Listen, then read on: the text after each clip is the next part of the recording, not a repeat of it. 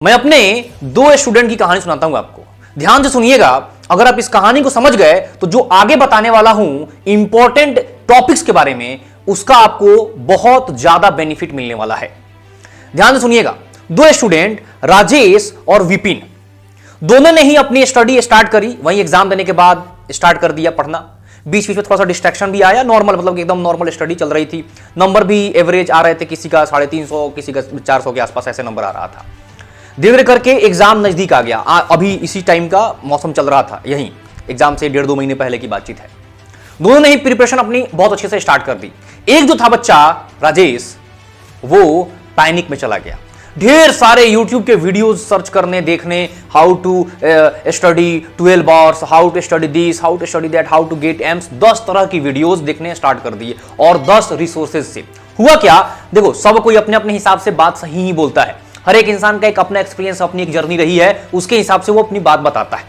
वो कंफ्यूज हो गया, उसको समझ में नहीं आ रहा था क्या करना है, ओवरवेल्म हो गया, मतलब होता नहीं ओवरवेल्म हो जाना, सारी चीजें पता चल जानी, किसको लगाएं किसको छोड़ें, सब कुछ अच्छा लगता है, सब एकदम नंबर 1 प्रायोरिटी में आ जाता है, किसको छोड़े किसको ना छोड़े, कौन सही है कौन मेरे हिसाब से है, सब मिक्स हो गया, है ना। बेचारी की स्टडी बहुत तगड़े तरीके से हैम्पर हुई। वहीं पे जो दूसरा था विपिन, उसने बहुत सही तरीका यूटिलाइज किया।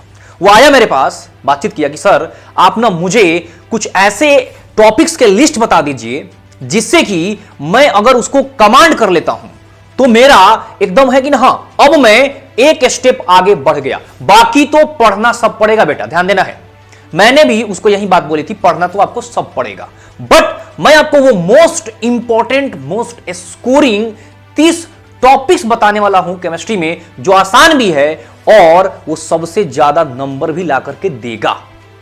तो चलो स्टार्ट करते हैं वीडियो को। आप भी वीडियो पे वीडियो देखना बंद कर दो और एकदम इस वीडियो को फॉलो कर लो, स्क्रीनशॉट लो और आज से ही अपनी स्टडी शुरू कर देना। और कमेंट में जो मैं बताऊंगा 30 टॉपिक्स, उसमें से आपको बताना है कि आपके कितने टॉपिक्स हो गए हैं कवर। इसमें से कवर होने का मतलब कि उस पे नीट लेवल का कोई भी क्वेश्चन आता है तो मैं सॉल्व कर लेता हूं। क्लियर है ना। चलो सबसे पहले स्टार्ट करते हैं क्लास 11 से मोल कॉन्सेप्ट। आप इसका स्क्रीनशॉट ले सकते हैं। मोल कॉन्सेप्ट में जो सबसे इंपॉर्टेंट टॉपिक है स्टाइकोमेट्रिक कैलकुलेशन और परसेंटेज यील्ड और परसेंटेज प्यूरिटी। इस पे ढेर सारे क्वेश्चंस आजकल पूछे जा रहे हैं, ट्रेंडिंग में है ये, ठीक है। एटॉमिक स्ट्रक्चर की बेटा बातचीत करूं मैं तो स्पीड है, radius, energy calculation Bohr's model का, ठीक है ना। फिर आप एनर्जी लेवल डायग्राम जो बनता है जिसमें स्पेक्ट्रल लाइंस भी कैलकुलेट करते हैं हम लोग, n × n-1/2 वाला, है ना वो। और फिर क्वांटम नंबर इलेक्ट्रॉनिक कन्फिग्रेशन बहुत ही ज्यादा इंपॉर्टेंट है, ठीक है। स्क्रीनशॉट इसका भी आप ले लीजिए। चलिए नेक्स्ट, थर्मो की बातचीत करी जाए तो प्रेशर वॉल्यूम वाला जो वर्क डन होता है P × ΔV, है ना, ΔV × ΔV, सब वाला याद कर लेना। फर्स्ट लॉ, सीपी और सीबी का रिलेशन, सीपी और सीबी के कैलकुलेशन, है ना। फिर फर्स्ट एंट्रोपी और स्पॉन्टेनिटी, इसको देख लीजिएगा, एंट्रोपी कैलकुलेशन, है ना, डिफरेंट आपके उस पे प्रोसेस में। उसके बाद आपका डेल्टा जी = डेल्टा एच और टी डेल्टा एस, इस पे ढेर सारे क्वेश्चन पूछे जाते हैं। इसका एप्लीकेशन बहुत अच्छे से देख लेना, है ना, आता है ना 4 केसेस, उसको देख लेना। इक्विलिब्रियम की बातचीत करी जाए, डिग्री ऑफ डिसोसिएशन, बहुत अच्छे क्वेश्चन पूछे जाते हैं, केपी और केसी। फिर आपका Le Chatelier principle, most important, buffer solution और सॉल्युबिलिटी प्रोडक्ट, ये ध्यान रखिएगा। ये दोनों जो है आयनिक के पार्ट हैं, ऊपर के जो तीनों हैं वो केमिकल के पार्ट हैं। नेक्स्ट रेडॉक्स की अगर बातचीत करूं तो मेटल डिस्प्लेसमेंट, कि किसको डालेंगे तो कौन डिस्प्लेस हो जाएगा। जैसे मान लो कि सॉल्यूशन है CuSO4 का, अगर उसमें जिंक डालेंगे तो क्या कॉपर डिस्प्लेस होगा, क्या कॉपर सॉलिड बन के बाहर निकलेगा, या उल्टा करें तो क्या ऐसा होगा, यानी कि जिंक के सॉल्यूशन में अगर कॉपर डालें तो कुछ होगा। या इसी का एक दूसरा कॉन्सेप्ट है, क्या जिंक के कंटेनर में CuSO4 को स्टोर कर सकते हैं, है ना, ध्यान से सुनो, जिंक के कंटेनर में क्या CuSO4 को स्टोर कर सकते हैं, है ना। तो इस तरह के कॉन्सेप्ट्स पे क्वेश्चंस पूछे जाते हैं और बच्चे इसमें बहुत मिस्टेक करते हैं। इसको ढंग से बहुत इत्मीनान से पढ़ लीजिएगा और इस पे रिलेटेड क्वेश्चंस भी सॉल्व कर लीजिएगा। नेक्स्ट अगर बातचीत करूं तो ऑक्सीडेशन नंबर का चेंज, हाँ बहुत ज्यादा इंपॉर्टेंट है। रिएक्शन में देखो आजकल तो ऐसा नहीं पूछता कि दे दिया H2SO4 बताओ सल्फर का ऑक्सीडेशन स्टेट कितना होगा, वो भी समझ गया है कि हाँ इतना तो बता ही लेते हैं सब बच्चे, एक समान करके सॉल्व कर लेंगे, है ना।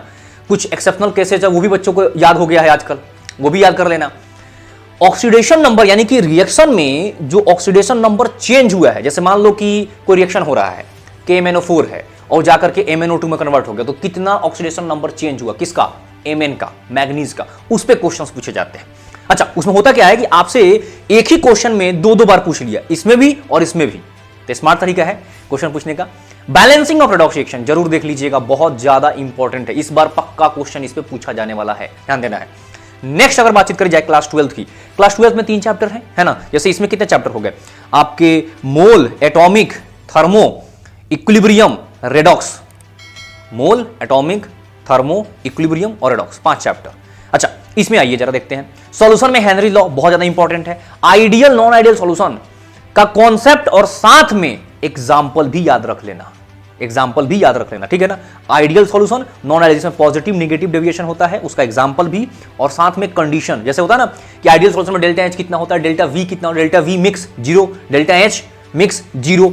पॉजिटिव वाले में पॉजिटिव, नेगेटिव वाले में नेगेटिव होता है। डेल्टा एक्स कितना होता है, डेल्टा एस कितना होता है, डेल्टा एस मतलब एंट्रोपी चेंज मिक्सचर का कितना होता है, सभी में पॉजिटिव होता है, वो ध्यान देना है उस पर। कॉलिगेटिव प्रॉपर्टीज की बातचीत कर लीजिएगा जल्दी से फटाफट से, ठीक है। सारे कॉलिगेटिव प्रॉपर्टी देख जाइएगा एक बार, उसमें स्पेशली फोकस किस पे करना है, बताओ, ऑस्मोटिक प्रेशर पे बहुत ज्यादा फोकस करिएगा, ठीक है। इलेक्ट्रो की बातचीत करी जाए, फैराडे लॉ एकदम घोर के पी जाना है। मूलर कंडक्टेंस और कोलराच लॉ बहुत ज्यादा इंपॉर्टेंट है, इस पे क्वेश्चंस बार बार पूछे जाते हैं और पूछे जाएंगे। सबसे इंपॉर्टेंट टॉपिक आप बोल सकते हो इलेक्ट्रोकेमिस्ट्री का ये है, कोलराच लॉ वाला। फिर नॉस्टिक क्वेश्चन कई सारे केसेस हैं, 4 5 6 उसको देख लेना, इजीली इसको सॉल्व करना है। फॉर्मूला बेस्ड क्वेश्चन होता है नॉस्टिक क्वेश्चन का, फॉर्मूला बेस्ड क्वेश्चन होता है, बच्चे झूठ मूठ का लॉग देख करके बेहोश हो जाते हैं, उसमें कुछ है नहीं टेंशन, ठीक है। नेक्स्ट अगर बातचीत करी जाए केमिकल काइनेटिक्स की, तो केमिकल काइनेटिक्स में आपको ROR है ना, ROR मतलब रेट ऑफ रिएक्शन, ROD मतलब रेट ऑफ डिसअपीयरेंस, किसके लिए यूज होता है, ये होता है रिएक्टेंट के लिए यूज। फिर उसके बाद ROA है ना, रेट ऑफ अपीयरेंस, किसके लिए, ये होता है प्रोडक्ट के लिए यूज, या रेट ऑफ फॉर्मेशन भी बोल सकते हो, इनका रिलेशन। जैसे इसमें क्वेश्चन आता है कैसे, जैसे देख लो मैं बताता हूं, एक एग्जांपल बता देता हूं ताकि समझ में आ जाए। जैसे आपको दे देगा ऐसे क्वेश्चन, जैसे मान लो कि N2 है प्लस H2 है, दिख रहा होगा, और इससे बना NH3, ठीक है, समझ गए। यहां पर ये बैलेंस कर दिया 2, यहां पर 3। अब जरा ध्यान सुनो, यहां पर क्या कर देगा, आपसे बोल देगा कि जरा बताइए dN2/dt है ना minus of is equal to आपका ये जो है dNH3/dt, ये x/y। तो जरा बताइए x/y की वैल्यू कितनी होगी, ऐसा क्वेश्चन पूछ सकता है। या इसमें से आपको दे देगा कि dN2/dt की वैल्यू इतनी है, जरा आप dNH3/dt की वैल्यू जरा बताओ क्या होगा, ऐसा क्वेश्चन आपसे पूछ सकता है। बात समझ में आ रहा है कि नहीं। तो ऐसे वेरिएशन वाले क्वेश्चन आपसे पूछ सकते हैं, एक का रेट दे देगा, दूसरे किसी का पूछ सकता है, तो ये इसी रिलेशन से सॉल्व होता है। उसके बाद फर्स्ट ऑर्डर रिएक्शन, ध्यान से एकदम उसका हाफ लाइफ, उसकी प्रॉपर्टीज ध्यान दीजिएगा, और उसमें स्पेशली ध्यान किस पे देना है, जिसमें देता है ना कि जैसे ऐसा दिखाता हूं मैं, एक सेकंड रुक जाओ, एकदम ध्यान से सुन लो।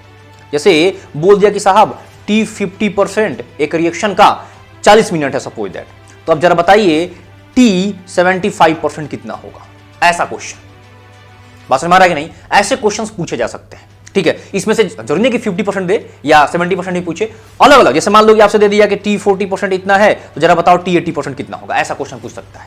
क्लियर है, समझिए कहानी। ऐसे क्वेश्चंस की प्रैक्टिस आप ढेर सारी कर लीजिएगा। फिर उसके बाद इफेक्टिव कोलिजन थ्योरी, जिसमें आर्नियस इक्वेशन आता है, उसको देख लेना है। हाफ लाइफ बहुत ध्यान से, जैसे अगर मान लो कि क्वेश्चन दे दिया कि जरा बताओ हाफ लाइफ जो है, ध्यान सुनना, हाफ लाइफ जो है किसी रिएक्शन का इनिशियल कॉन्सेंट्रेशन डबल करने पे डबल हो गया, जरा बताइए ऑर्डर क्या होगा, 0 ऑर्डर होता है, याद आ रहा है कि नहीं।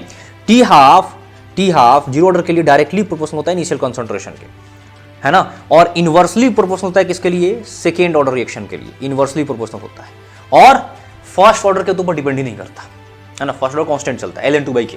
क्लियर है ना। तो ये सब छोटी छोटी चीजें एकदम बिल्कुल बारीकी से ध्यान होना चाहिए। अगर आप जोड़ोगे ना टोटल, तो टोटल बेटा आपका 30 टॉपिक होता है, 30 जो बताया मैंने। तो साहब सर इतना ही करना है क्या, इतना तो करना ही करना है, समझो मेरी बात को, इतना तो आपको करना ही करना है, मतलब इतना कंप्लीट कर लेना है, ये तो एकदम नेसेसरी है। सबका स्क्रीनशॉट ले लिया हो गया, आई होप सब लोग, इतना तो बेटा करना ही करना है।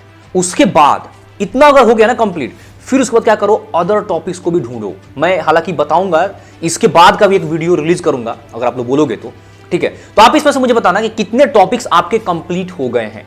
30 टॉपिक्स है, कितने टॉपिक्स है साहब, 30। आप जाके जोड़ोगे तो 30, तो जैसे ये एक हो गया, है ना, ये पहला, ये दूसरा, ये तीसरा, ये चौथा, ये पांचवा, ये छठा, है ना, फिर आपका 7, 8, 9, 10, 11, 12, 13, 14, 15, 16, 17, 18, 19, आपका ये रहा 20, 21, 22, 23, 24, 25, 26, 27, 28, 29। लो 29 ही टॉपिक है, 30 बोला था, 29 ही है। बात समझ में आ रहा है कि नहीं? तो जा करके बहुत ढंग से आप पढ़ाई कर लीजिएगा, बहुत अच्छे से इन सारे टॉपिक्स को एक जगह पर इकट्ठा करके एकदम इस पे ढेर सारे क्वेश्चन सॉल्व कर ले जाना। ऐसे देखो मैंने क्या किया ना, PYQs देखा और भी ढेर सारे लोगों के वीडियोस देखा, तो इसमें ये कॉमन ऐसा टॉपिक्स है जो बार बार सब जगह बोला गया है कि आप इसको जरूर कर लीजिएगा, ठीक है। और इस बात को मैंने विपिन को बताया था, ठीक है, उसने इस चीज को फॉलो किया। देखो नंबर आना ना आना एग्जाम में वो डिफरेंट बात है। अगर आप मेहनत करके एग्जाम में अगर आप एक सर्टेन लेवल तक पहुंच गए, जैसे मान लो कि आपका नंबर आ रहा है 400, अगर आप एग्जाम में जाकर के आप 570, 580 नंबर लेकर के आ गए फाइनल एग्जाम में, नीट के एग्जाम में, तो आपका कॉन्फिडेंस बढ़ेगा ना, आपके घर वालों का भी कॉन्फिडेंस बढ़ेगा कि हाँ अब अगली बार मुझे मात्र 30 नंबर के लिए फाइट करना है, 40 नंबर के लिए फाइट करना है, 50 नंबर के लिए फाइट करना है। तो ये जो हाइपोथेसिस दिमाग में चलते रहता है ना कि सर मेरा 100 नंबर आया है, मैं क्या करूं? आप ढंग से पढ़ाई करिए। और क्या करेंगे? ढंग से पढ़ाई करिए, बहुत मेहनत करके पढ़ाई करिए। 100 नंबर आ रहा है, 200 नंबर, इसका मतलब क्या है कि हमें बहुत सारी चीजें जाननी है।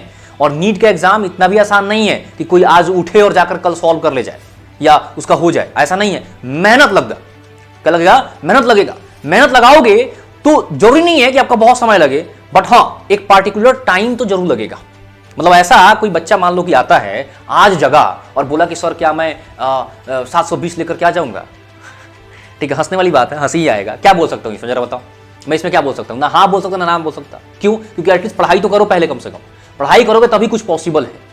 क्लियर है?